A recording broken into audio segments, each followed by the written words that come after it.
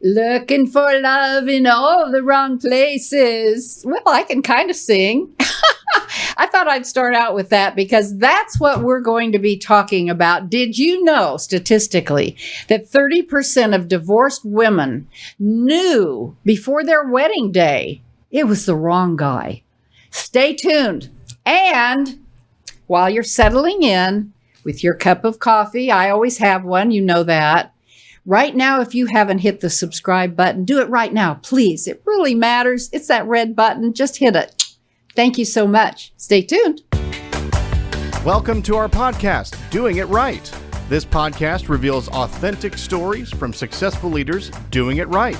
It's about their journey to become a leader, their choices, motivations, and lessons. In essence, how they built successful personal brands. Your host is Valerie Sokolosky, author of 8 leadership books and nationally known as an authority on executive presence and personal branding. Let's get started. Here's Valerie. So before we get started and I make the introduction of my guest today, I just want to remind you that if you, as a leader, as an emerging leader, as an entrepreneur, as a business owner, if you really want to make your mark and make it count in business, let me tell you, it takes 2 things. You've got to have great influence and impact.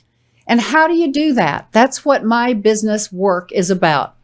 Showing up, that's your presence. How do you show up in front of people? Your clients, your employees, even yourself when you look in the mirror. That's your communication skills. That's what you say, how you say it. Yes, it has to do with how you present yourself visually too, and even your online digital stamp. The other part is your brand. That's the internal part, the real who you are, that authentic self. And you know, authenticity is what this show is all about. If you want to know more, please just email me, Valerie@ValerieandCompany.com. I'd love to add you to my client list. All right, let's get started. You know that my partner sponsor is Gems of Jaipur, beautiful jewelry from India, made in Jaipur, the world's capital gemstone, where the crown jewels were actually made. Well, this is a mission business because the woman who started it gives all the proceeds to the beautiful jewelry you see on the screen to an Indian community that includes a leopard community. So just know when you buy her jewelry, it goes to a good purpose. And right now, she's offering to my listeners, my watchers, a 25% discount. All you do is when you go to gemsofjaipur.shop and you select something, before you pay, put the word Valerie, that's my name, in the checkout, and you'll get a 25% discount. All right, so let's go. You know, have you ever talked yourself into something that you just already knew was not the right decision? In fact, it was the wrong one. Of course you have. We all do. Think about the job that you took once that you knew in your gut wasn't the right one, or the car you bought when you really shouldn't have. We've all made decisions that we knew in our depth of our hearts and toes wasn't the right one. We can rationalize anything, you know? And that's what we're going to talk about today. Dr. Trillian Small is my guest, and she has lived her story herself. And she wants to help others understand why women in particular, but maybe both, people make mistakes in their spouses. So welcome, Dr. Small. May I call you Trillian? You may call me Trillian. Thank you so much. Thank you for being here. I have to ask the name, Trillian. That's a beautiful name. It's like billion, trillion, yes, billion. It is. How did you get that name? Very simply, my parents said before I was born, they said, she's going to be our $1 trillion baby. And hence came Trillian Small. It's funny though, I'm like, that's an oxymoron. Trillion, small. But it's all a perspective. Small can be large. I just need 1 trillion and I'll be happy. When you get there, would you let me know? I sure will. Remember the people in the past. I will remember you. Okay. So Trillian, there are so many questions that I want to ask. And I need to tell you, audience, her credentials because they're great. First of all, she is a PhD in clinical counseling at the University of Texas at Dallas. She has a practice. Her practice is called Nurturing Fit Brains. Nurturing Fit Brains. I love that.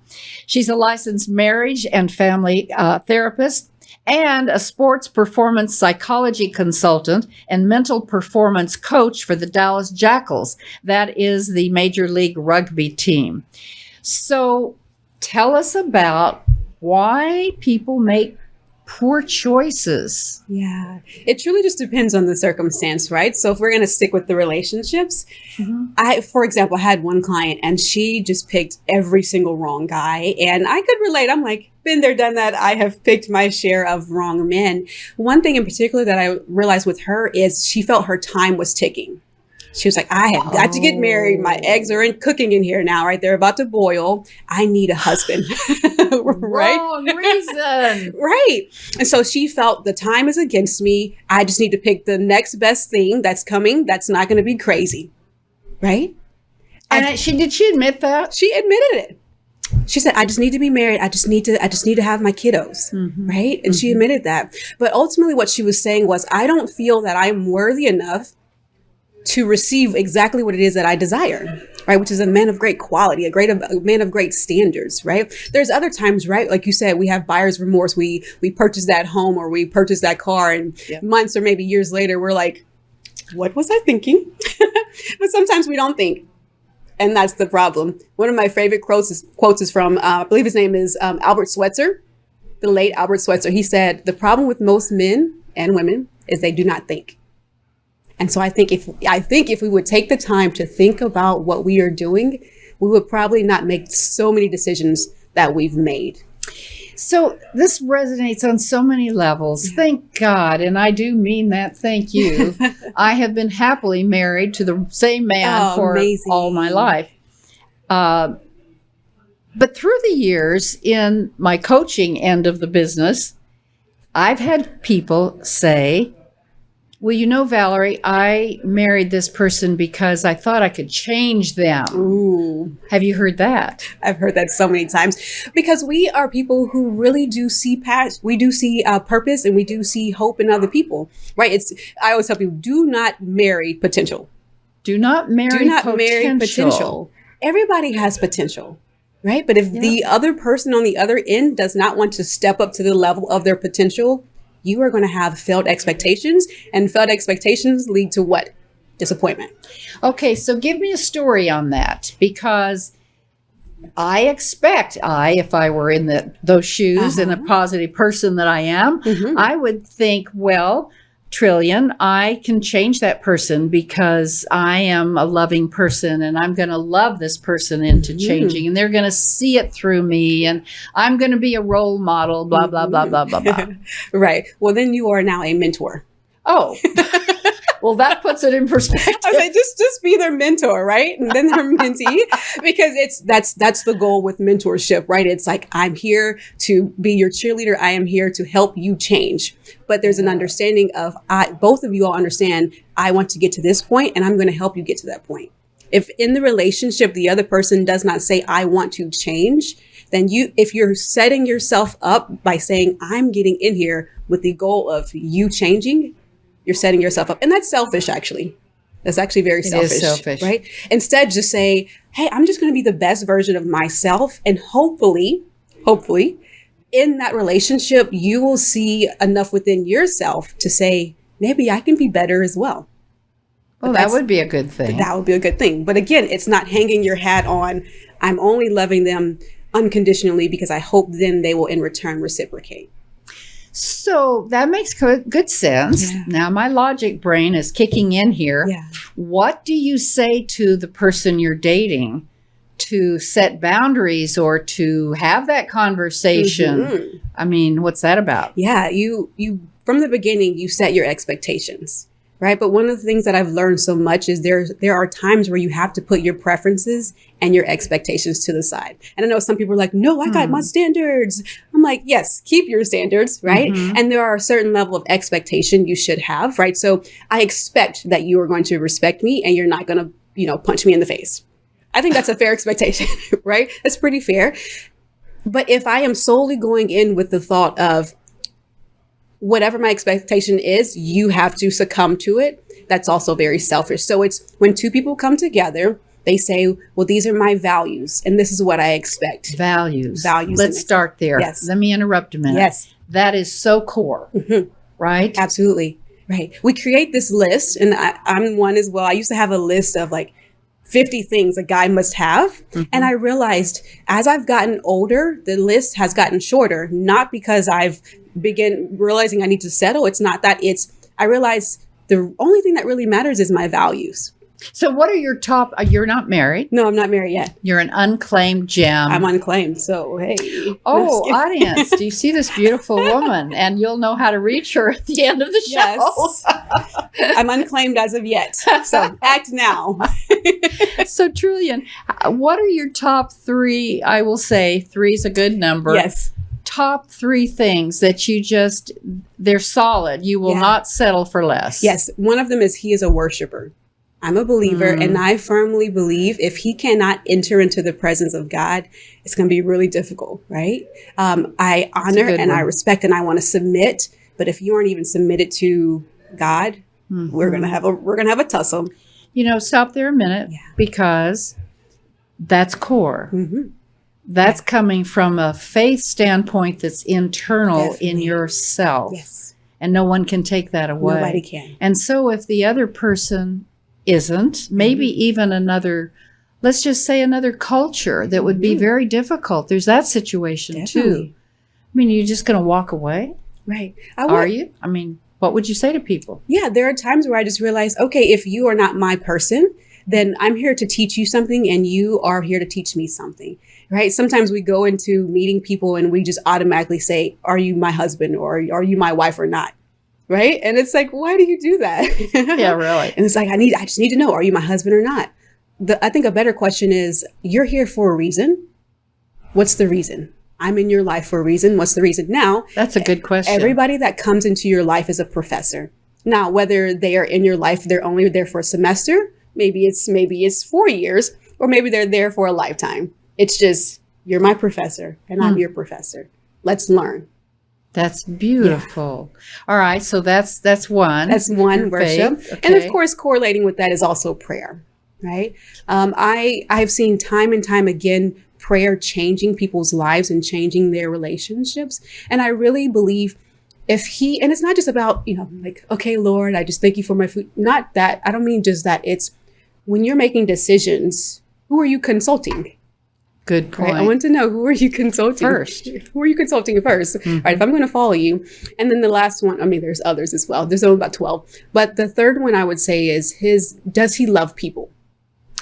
Does he love people? What does that tell you about him or her? That tells me he's selfless, right? If he can say, I care about you and I love you and I'm willing to give the shirt off of my back, then he's going to do that for me as well. He's going to do that for our kiddos. I just need to know, do you have a caring and a loving heart, right? Or are you like, oh, that person's struggling, who cares? I'm like, wow, what happens if at some point myself or someone in my family, is in that same predicament? I want to know that you have a caring heart. Great. I love that. I would also ask in terms of those values that you have and sharing theirs, that always tells you something. Yeah.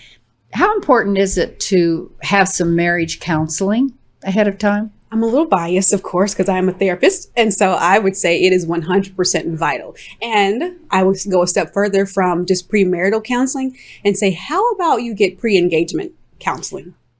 Because didn't know there was such a thing. There is such a thing, right? It's just two couples coming in and saying, we are considering taking our relationship to the next level. And we want to make sure, because usually once you get the ring, they're probably locked in. Even if they know, and as you said early on, most women, I believe you said it was 30% of women know before they got married that he wasn't the one. And went ahead. You went ahead. Yeah. And sometimes it's because they have the ring, they've already paid for the dress. And so it's like, well, no turning back now. Maybe it's going to get better. But it's like, no. That's not going to happen. And you know what I did actually? What? Oh, I shouldn't tell this, but I will since I opened it. Yes. I actually did that to my wonderful husband. You did. Yes, we were too young. I knew it. I came from an extremely dysfunctional family, did not have parents growing up. Yeah. I was scared to death once I saw that ring, just exactly what you said. Wow. Yeah.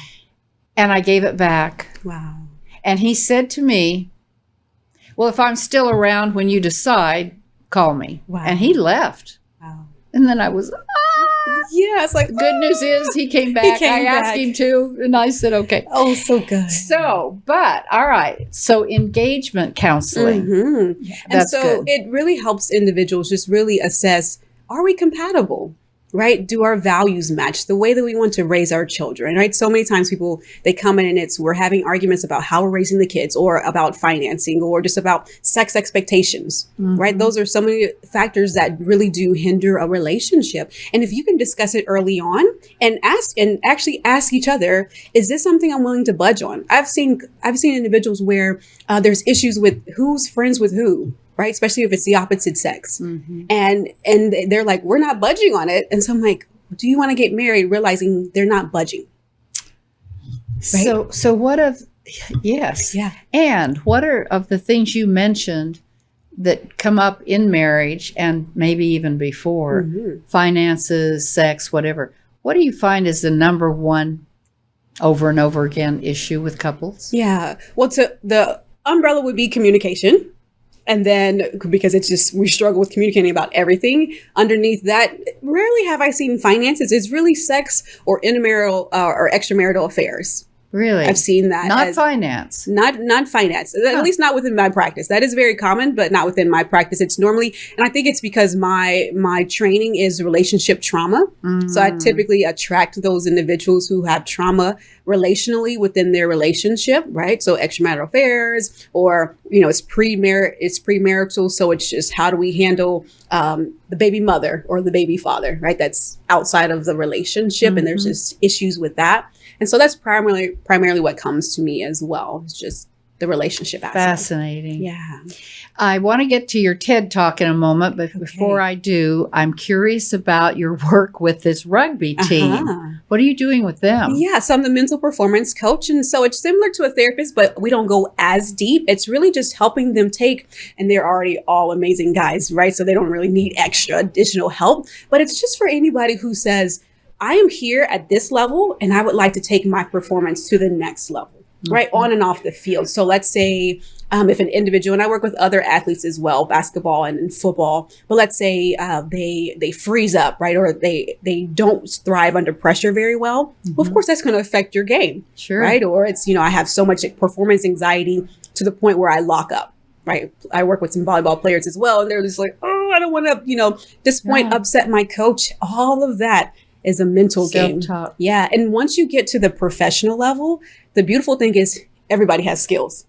Right. Right. So the determining factor that sets you apart from everybody that has skill, because you're all professional players, right? So obviously you have some sort of skill because you're here. Yes. It's their mindset. Right. Over and over again, we preach like what's going on up here, because what happens here is going to affect your emotions, which then drives the brain. I love the brain. I'm in the behavioral brain science department at UTD, and I fell in love with studying the brain because I was when people get a doctoral degree, they're normally probably trying to study themselves, especially if it's in psychology. Isn't that true? I've seen that. I need to figure myself out. What is going on with you? And that's what my dissertation was about. It's just what is going on up here. Yeah. And I would go to my therapist, but it was just talk therapy. So what we're doing now, the back and forth, is just talk therapy. But I was like, it's not cutting it. There's something deeper. And I said, we got to look at the organ. What's up here? This whole brain. And that's when I fell in love with All right. Well, that leads to, it's amazing, the brain. Yeah. I've studied it too in terms of how the brain works when I am presenting to an audience and how to make sure my presentation is the way someone's brain is accepting the information. So tell us about the TED Talk. And for those of you listening or watching, she did a fabulous TED Talk that you can Google at SMU. Right? SMU. All right. You said so many things on that TED Talk about what we're discussing. Give us the highlights of what you'd like to bring to the audience today. Yeah. So the title, you can just go on YouTube. It's Overcoming the Fear of Love. And similar to my dissertation, I was trying to figure myself out because I would push away so many good guys. And I was like, what is wrong with me? Why, when there's a bad guy, I'm like, oh yeah, like let me pursue, let me focus on him, let me do, X, Y, and Z to make sure I lock him in. But then this awesome guy who is asking me questions and he's wanting to take me on dates, I'm like, leave me alone. Like, why are you pursuing me? What's wrong with you? Fascinating. Right. And I started to ask myself, well, actually, Trillian, let's hold up the mirror. What's wrong with you? Why would you continue to push away this healthy guy, which you're saying you want, but when it's placed in front of you, you run from it. And I discovered I was so afraid. I had no idea that I was afraid of love. And I didn't even know that was possible. Because you think love is beautiful, right? I asked one client once, I said, when you think of the word love, what comes to mind? They said abuse. Oh, right? Most people say, oh, fluffy butterflies and, good feels. But I began to realize love doesn't mean the same thing for everybody. For some, love means abuse because mother or father, when they said, I loved you, it followed with a slap if you didn't do something right. Oh my gosh. So you now have this confusion of, well, is this love? Looking for love in all the wrong places. Exactly. Right? That was my understanding of love. So in the TED Talk, I help not just ladies, but also men. It's funny. Normally the people that reach out to me are ladies and then the boyfriends of the ladies. They'll say, this is such my girlfriend. Like, what do I do? Please help me help her. Right? It's all like DMs or whatever. Yeah. I'm like, oh, poor guy. I'm like, she's giving you a run for your money. I know, because I was her. Well, it helps that it's terrible to say, but you're talking from experience. Definitely. Trillian. So you were coming from a place of fear and? Yeah, I was coming from a place of fear because of my upbringing, right? With my father, who I actually have a relationship with now. But at the time, he was alcoholic. He was abusive to some family members. And that's what I saw. And what's important for those who have kiddos, it's even if you don't think they're seeing, even if you don't think they're listening, even if it's behind closed doors, you are showing them what love is. The question is, what's their definition going to be when they leave your house? Is it like my client who love is abuse, or is it no, love is gentle, love is kind, love is, love is nurturing? I would hope it would be the latter. And so that was my experience. And so I know after my experience with my father, years and years later, as I became a teenager and a young adult, I just began to pursue men like my father, which I didn't know. That's what I was doing. He was very dismissive. It's just very not available, right? We talk a lot about emotionally unavailable people, but yet you continue to pursue the man who you see is not emotionally available. Now, can I interrupt a second? Because I have seen this in situations where exactly that, Trillian, where a father was anything but a good father, and yet the daughter throughout her life, one in particular, continues to do everything to please him. I mean, even making chocolate chip cookies for him. And what's that about? Yeah, that's her normal, right? There are so many times once you get out of an abusive relationship, whether it's with a parent or what have you, it's not until you are faced with normal and healthy that you begin to question, well, I thought that was normal. So it was the normal. It was the normal for her, right? It was the norm, which means she's going to look for her norm. Everybody does that, right? You find your comfort zone. And if your comfort zone is abuse, that's what you search for. It's usually subconscious. You're not saying, I'm going to go find me an abusive guy. No. You're just finding your tribe. That's what you're used to. So for example, if we were to go to the zoo and we were to see the beautiful lion standing in the window, if he was born in the zoo, he would be like, oh, people. Well, I don't know what he was saying in his head, but let's assume he had words, right? Right. He would say, oh, look, people. Oh, look, there's my feeder. It's 3:00. Now, if we go to Africa and we take a lion from Africa and we bring him over here to the Texas Zoo and he was to see us, he'll probably be like, what are you? Who are you? And I'm about to eat you, right? Because that's not his norm. Right. So if we take the lion that was born in the zoo and we put him out in the wild, he's gonna be like, this is not normal. Where's my feeder? It's 3:00. What's going on? Right? But good analogy. Yeah, it's not until you ease him out. If you just take a zoo lion and you throw him out there, he's going to get killed, even though that's his natural habitat. So then he's going to revert back to his comfort. We do the same thing as humans. right? It's makes whatever sense. your normal is. But the only way you do it is you ease your way into it. The same way we would, if it was completely dark and then you were to flick these lights on, your eyes would hurt. Yes. The light's not bad. It's just you should have eased yourself into it. And that's how it is when you shift from unhealthy relationships to a healthy relationship. You're easing yourself into it. Otherwise, you're going to revert back to what you're used to because it's going to feel painful, although it's good for you. What great information. Yeah. I'm learning so much.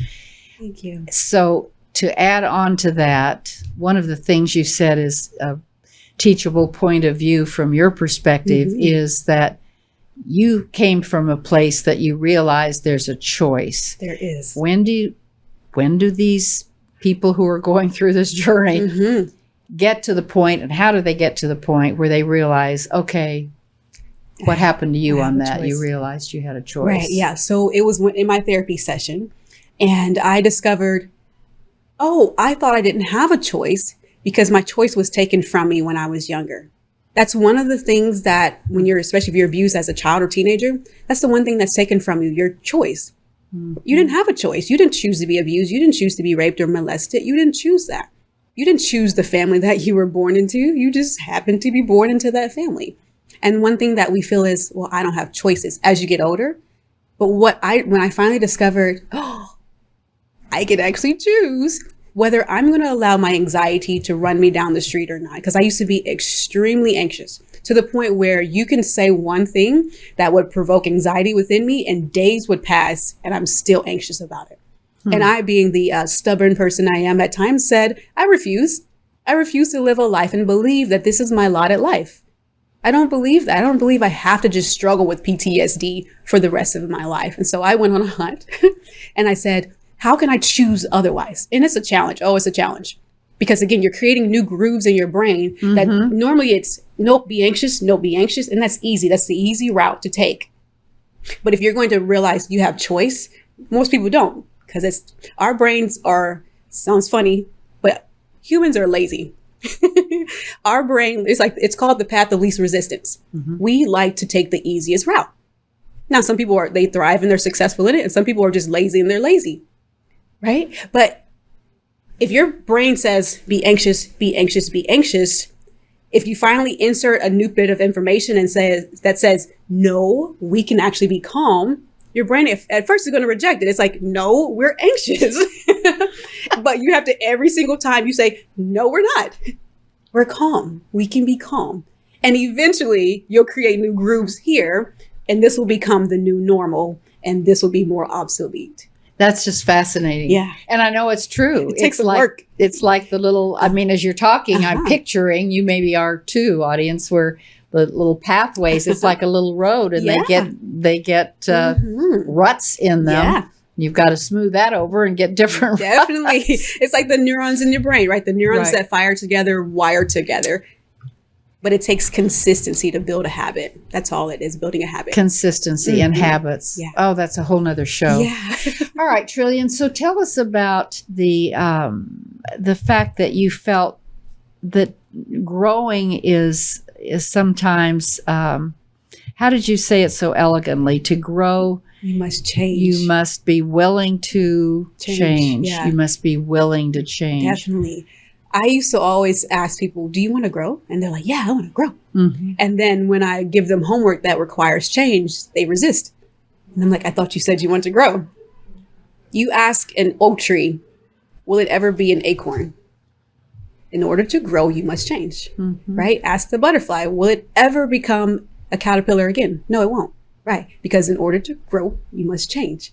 And it's the exact same way with human beings. If you want to truly grow, it's not that you're not good enough. You are solid as you are, but there are still some fundamental things that must change just because, and people, I hear this all the time, well, this is just the way I am. And I'm like, oh, are you? Oh, really? Yeah. Or is that conditioning? Have you just been conditioned to believe that you are a shy person? Or was it your 6th grade teacher that embarrassed you in front of the classroom and now you're a shy person, right? Good point. I just tell it like it is. Oh, do you? Yeah. Or at some point, did your voice get silenced and you decided, I'm never going to let anybody tell me what to do, right? so many times our behavior and our personality is simply conditioned behavior that we repeat over and over and over again. Those same ruts. Same ruts. We got to get out of the rut. And another thing you shared with me, I thought was a wonderful statement, that inconvenience is not always inconvenience. Where did that come from, Trillian? I was at a Dallas Cowboys football game. And my mother and I were in the front seat. My nephew was in the back. He was maybe 7 or 8 at the time. And we didn't have a parking pass yet. So we were driving. Of course, it's traffic like crazy. And there were the gentlemen that were like not knocking on windows, but they were going around saying, we got tickets for parking. So we're like, oh yeah, great. So we roll the window down and the gentleman says, yeah, this is a parking pass for the parking lot right there, which was like a couple of feet away. So we're like, oh, perfect. $50. Here you go. And he walks off and we get in the car and I'm looking for the number that's on the front of the ticket. It was, I forget what it was. Let's just say it's like 4C. I'm making stuff up, but it's like 4C, which is right there to the left, right? So we're like, okay, great. Go find 4C parking. And I look to the left and I'm like, that says 11. He said this was 4C. So I flipped on the back and had the map of the entire arena as well as the parking. The one he gave us was actually the furthest parking spot away. Oh no! And we were flipping out. We were looking for him. We were like, oh my God, like he scammed us. We need a different ticket. So we couldn't do anything about it. We paid our $50 already. So we took our little sad hearts and we drove all the way. It took about a few minutes to get to the furthest parking lot. Mm-hmm. Once we got there, they had a shuttle to come pick us up. That's how far we were, right? The little go-kart shuttle. We get, and we're still complaining. We're still fussing like, oh my God, we can't believe this, man. We get to the front, and as soon as we get off the go-kart, the young lady says, did you all just get off the go-kart? And we say, yes. She said, great, this is your line. And the line that she directed us to had nobody in it. The other line had hundreds and hundreds of people. And so when she said that, we burst into laughter like, oh my God, this is the best experience. I'm so glad we got the worst parking spot. The only reason we stood in that line is because we got off the go-kart. Oh. And so I realized in that day, inconveniences aren't that bad. Mm. And so normally it's hindsight, because again, I said we were complaining the whole time. Now when I'm inconvenienced and I'll catch myself, I'm like, oh, this is an inconvenience. I'll stop and say, oh, this is about to be good.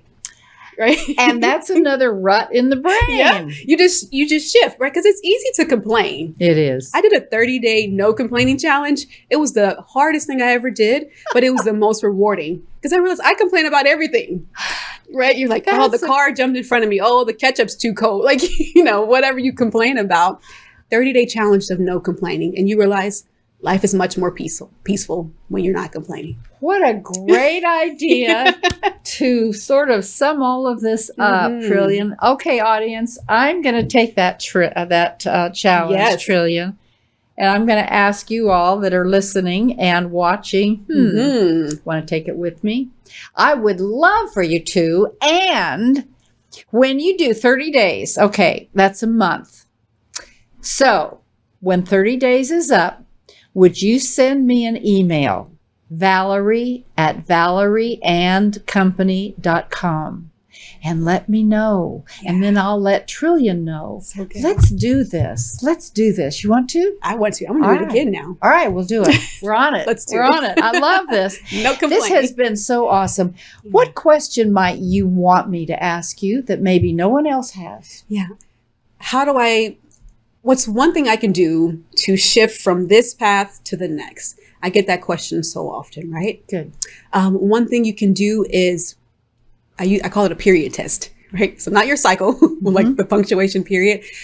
We are kings and queens of jumping to conclusions, right? Which is this groove, right? It's, they didn't call me back. They must be cheating. They didn't text me back. They must be ghosting me. Whatever your mind says, I use a period test and it will save you from jumping to conclusions. The period test is this: punctuation.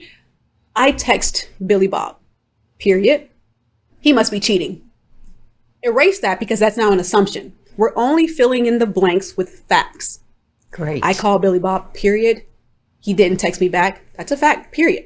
We leave it there.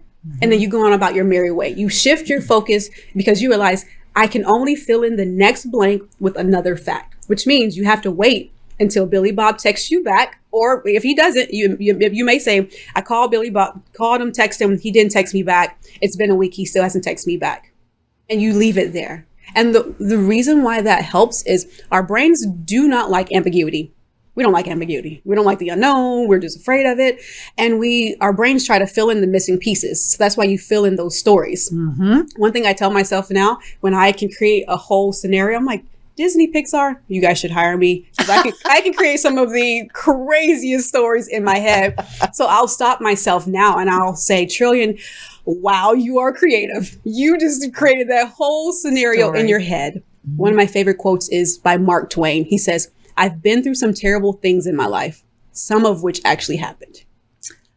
Which means it was all here. Truth. Yeah. So when you use the period test, I don't care what the situation is, whether it's at work, coworker, family friend, use the period test. Mm-hmm. And that's going to challenge you, for one, to learn how to be present. Yes. 2, stop looking in the past. Mm-hmm. 3, stop looking too far ahead. Because when you create assumptions, you're looking too far ahead, and that creates anxiety. Boom, stay here in the present. Trillion, this has been amazing. Thank you, Valerie. For a lot of reasons. And one of them is, audience, I'm sure you have realized you are an incredible storyteller. And I've said on the air before in my coaching and leadership workshops, I talk about and help people create stories, even in their PowerPoint, even in facts, even in a graph. Yeah. You've got to do that storytelling. Mm-hmm. So let me ask you back to the brain. I was told, you tell me if this is myth or reality, that when you are telling a story, the story hits both introverts and extroverts because it goes across the corpus callosum in the back? I'll stop there. Now, scientist, person, fill it in. Why is that true? Yeah, so the corpus callosum is it's the separation between your left and right hemisphere. Mm-hmm. And so what storytelling does is it taps into images. Mm-hmm. Right. So as I was talking about the zoo, you probably saw the lion at the window. Oh, absolutely. Right. And so what that does, our brains remember things best when it has a picture to it, when there's something they can associate with it. When I train my speakers, because, I do TEDx Frisco as well, I tell them you have to use association. When I did my TED Talk, as I was talking, I literally was walking, not literally, metaphorically, I was walking through my apartment in my head. Mm-hmm. Because that's the only way I could memorize a 19-minute speech. So when I said in the very beginning of my talk, I said, I love movies. I was literally, at the time when I was practicing, sitting on my couch with a remote in my hand. Mm-hmm. So as I'm speaking, using imagery, my mind says, oh, yes, we're talking about movies because we're sitting on the couch. Mm-hmm. Right. And so whenever as you're training your individuals to use storytelling, people are going to remember the stories way better than everything else you said. Right. And as long as you can have a story with teaching in it, that's the best way to do it. It's story and there's teaching within the story. Right. And people will remember that. Make the point. Yep. I have found that to be true. Yep. So I'm still doing it. Absolutely. This is just really fabulous. Where can people, and I'm sure you're going to get a lot of calls, where can people reach you for what?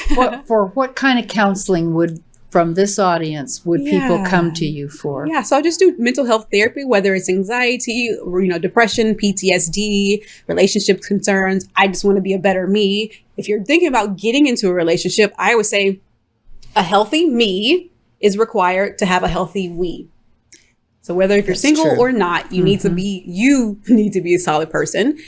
So they can find me at trillionsmall.com, at my website, LinkedIn, social media.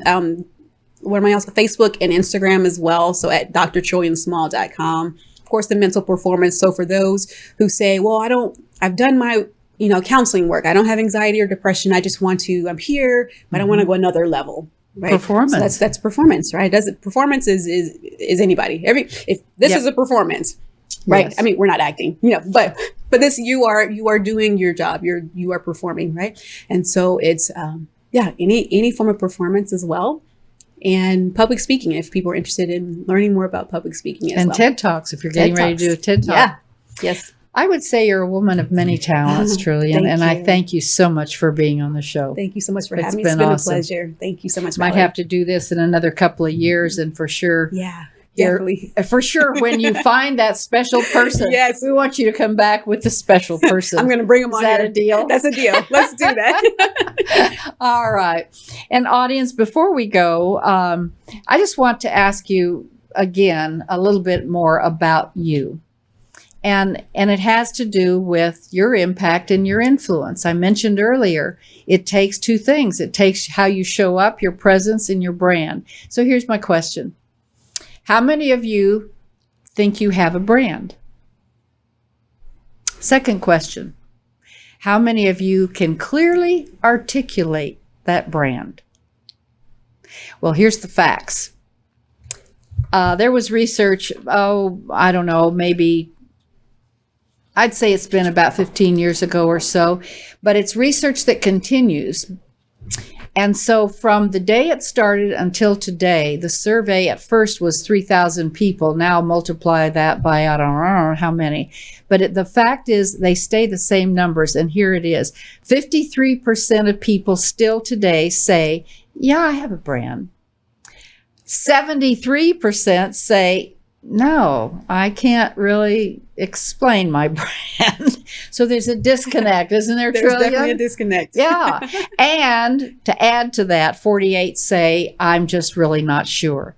So if you want to be sure, please email me, Valerie@ValerieandCompany.com. I would love to work with you. And that's it for today. But I do want to end with a Valerieism, which I usually do. And these are just my little things that come into my head. Something to share with you at the end. Well, today it's this one. When you notice a rotten root, you'll notice a rotten fruit. I say that again? That's good. What do you think about that, good. Trillian? That is beautiful. Say that again. When you notice, you can have that. When you notice a rotten root, you'll notice a rotten fruit. Now, I know where Trillian would take that, and I'm probably going to be on the same route, but here it is. There have been times, and haven't there been in yours, where you had that sense, this person, that you're either going to befriend, work for, work with, buddy up to, fall in love with, whatever. When you see those things that are not quite a fresh, wonderful fruit, take heed.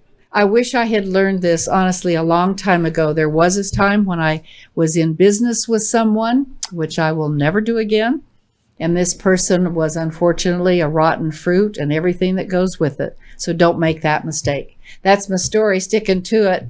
Have another cup of coffee. Bye for now. Thanks for listening. To receive Valerie's voice, free monthly leadership tips, and to learn more about her leadership programs and coaching, visit her website, ValerieandCompany.com. Next week, we'll be here again to inspire, engage, and equip you with teachable points of view from successful leaders who have been doing it right. Until then, lead authentically.